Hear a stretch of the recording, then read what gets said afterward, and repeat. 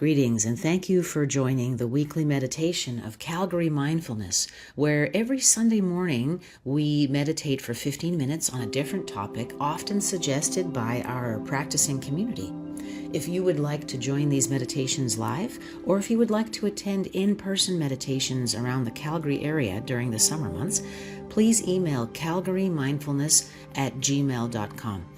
I hope you enjoy this practice and wishing you a wonderful week. Good morning and welcome to our weekly Sunday meditation. It is Sunday, February 1st. Can you believe it? All of my monthly alarms are going off to change the furnace filter and all that. All those things that gotta get done or else. But not right now. This is our 15 minutes for ourselves to show real commitment and compassion for ourselves.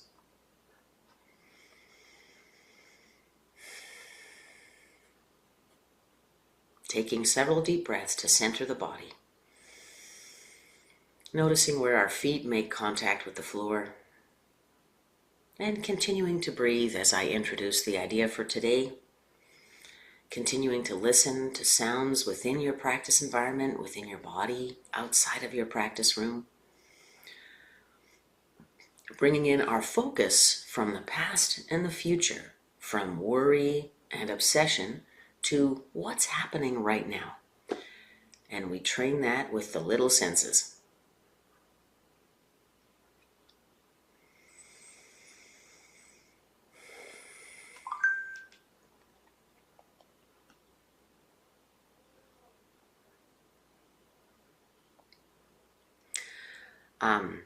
For today's practice, when I had posted about it yesterday, I had posted an image that I will share with this meditation when I post it later. The subtitle is, "If I want to help, I must look beyond the behavior." And so then there's the tip of an iceberg, and the biggest, pointiest part of the iceberg is submerged. So there's what I see on the top, what we see on the surface for others. Rudeness, truancy, inattentiveness, disruption, refusing, disobedience, anger. And what are several factors underlying that? Sensory overwhelm, autistic meltdown, trauma response, excessive demands that cannot be met, flight, fight state, sensory underwhelm, masking, unmet needs, burnout, executive dysfunction. So many things. Either we are choosing love or we're choosing fear. And often people stuck in sensory overwhelm and trauma response, excessive demands, they can't make that choice. They don't feel the agency to make that choice between love and fear. Now this, for me, I work with a lot of children. This is default for me working with children. A student walks into the room and I feel for them. I say, "How are you?" But I'm listening not with only my ears. I'm listening with my heart and other ways of listening to find out what's really going on before we can start our work. And I actually resent doing this with adults who aren't elders. I feel like adults need to do their own emotional caretaking. Why do I have to do it for everyone? Don't I get a break? And so that is me choosing fear instead of love, because actually it's very easy to see and listen with the heart, with the eyes of God, to see and listen with the Holy Spirit.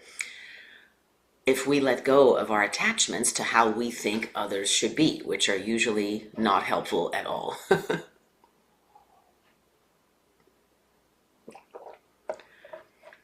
And so in exploring today's meditation, we are looking at what it takes to see with the heart, to see with the eyes of God, and what our resistance is. Usually our resistance is some kind of wanting to change the behavior of others.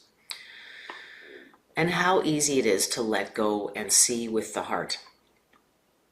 How much better we feel because we don't pit ourselves against other adults.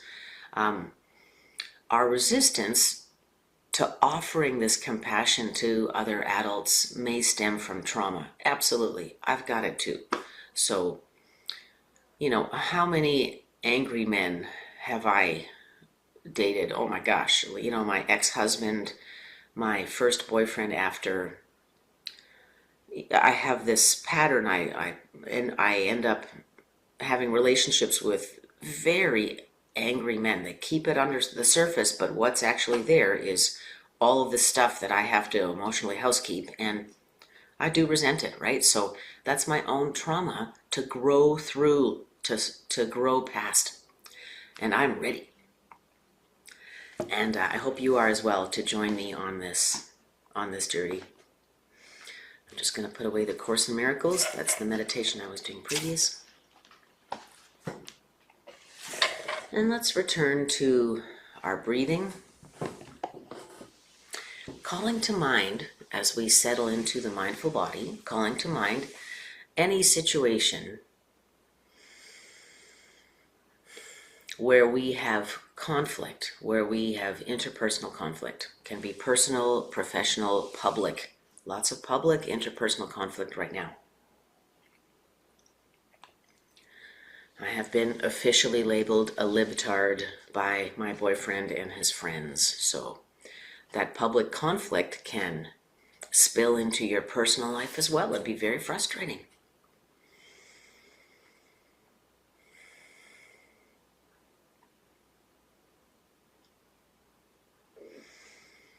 As meditators, we are committed to the understanding and truth that the only people we can change are ourselves. And sometimes we cannot change circumstances, but we can change our perspective about those circumstances. We can change the meaning we make of those circumstances. And as we continue to breathe, having called to mind a situation of interpersonal conflict, let's ask for the wisdom to become aware of the meaning we make of the situation that we're attached to.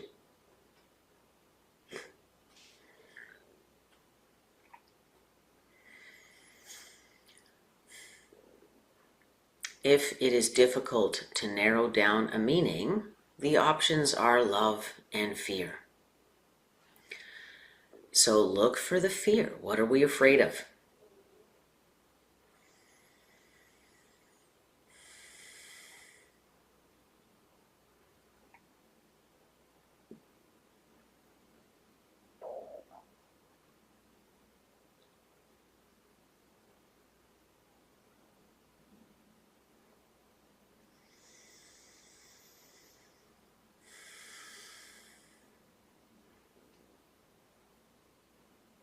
I'm fearful that I can't protect my children in a world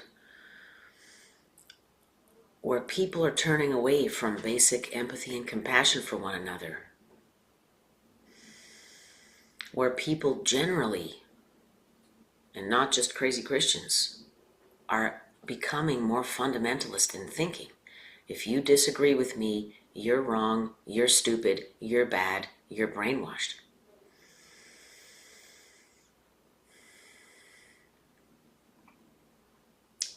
I fear that I can't protect them, and I don't know if they can keep themselves safe and fulfill themselves and grow into open-hearted, heartful, wise men in a world like that. I think that's my core fear.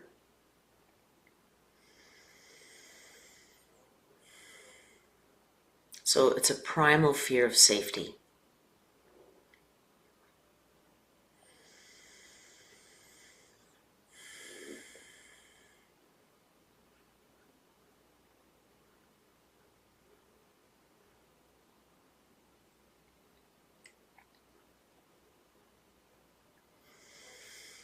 Other questions we can ask to develop this inquiry: is that helpful? Is it pertinent? Is it true? Have I spoken with my children about how they feel? Do they feel that this rise in public and private anger makes it harder for them to be successful adults, functional adults?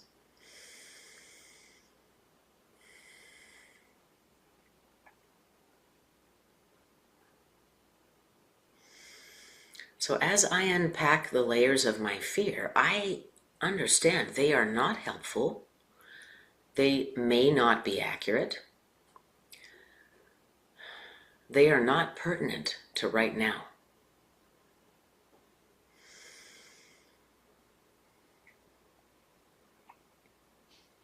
So where am I on this iceberg? Am I on this iceberg? I like to see myself as watching the iceberg and doing the emotional homework for others. But actually, that is an overstatement of my skill. I'm not sure if you can see this on the video, but I will post the image with this meditation. I may be stuck in, let's see what helps here, flight, fight, and burnout, right? I may be experiencing some of those, which is very common for caregivers, teachers, nurses, doctors, therapists.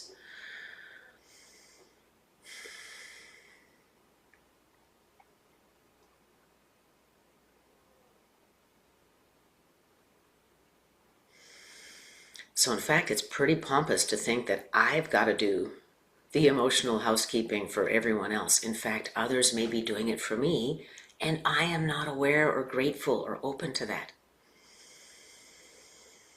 And so just taking several deep breaths to open ourselves to the flow of loving kindness that we may be receiving and experiencing from others, that we may not be aware of. There's not just a flow of anger from others, there's a flow of love as well. For caregivers, it's much harder to receive love than to give.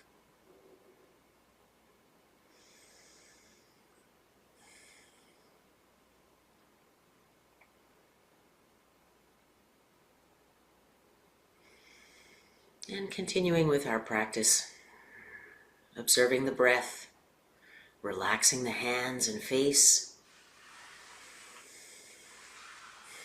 observing where the feet make contact with the floor, where the hands rest easily on the very fuzzy pajama pants you cannot see here. Feels nice.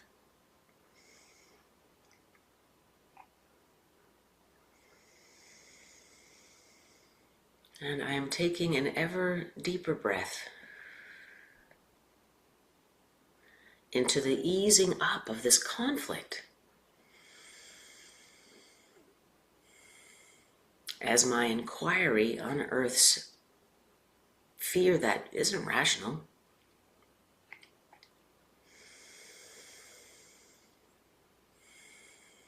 And I breathe to let it go.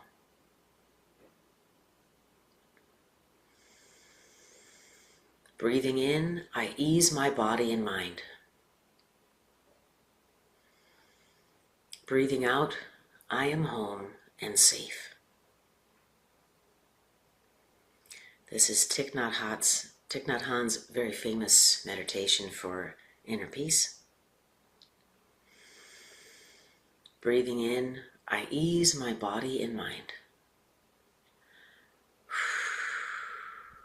Breathing out, I am home, I am safe. Let's sit in silence for a moment longer, exploring other conflicts as they arise, or enjoying the easing up of this one particular conflict, if that's what you've observed.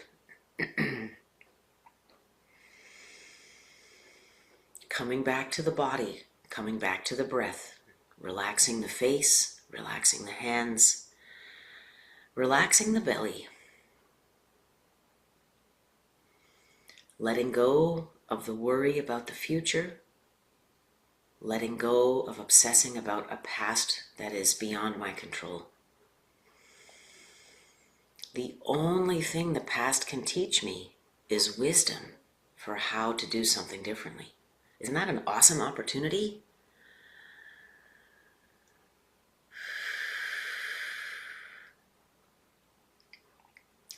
All of my agency lies in right here and right now. Breathing in, I ease my body and mind. Breathing out, I am home, I am safe.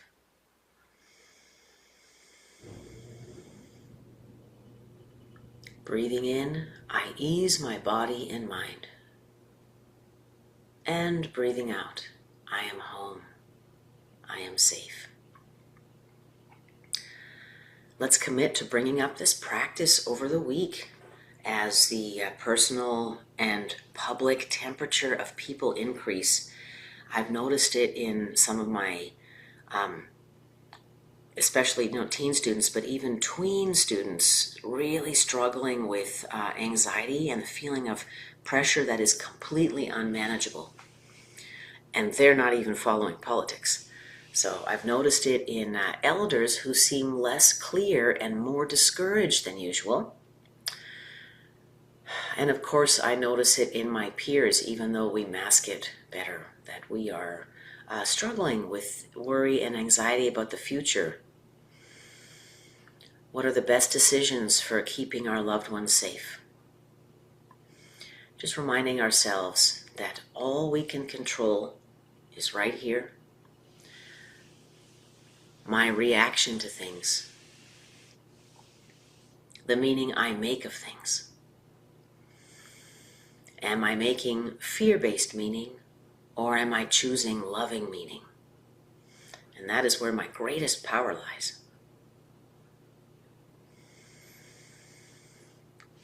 I look forward to hearing it from you over the week, as I always do. Your thoughts, concerns, issues absolutely guide our future practices. Please email me at calgarymindfulness@gmail.com or contact me through direct message on any one of the media where you find this podcast. Thank you so much for joining with me today. Bye-bye.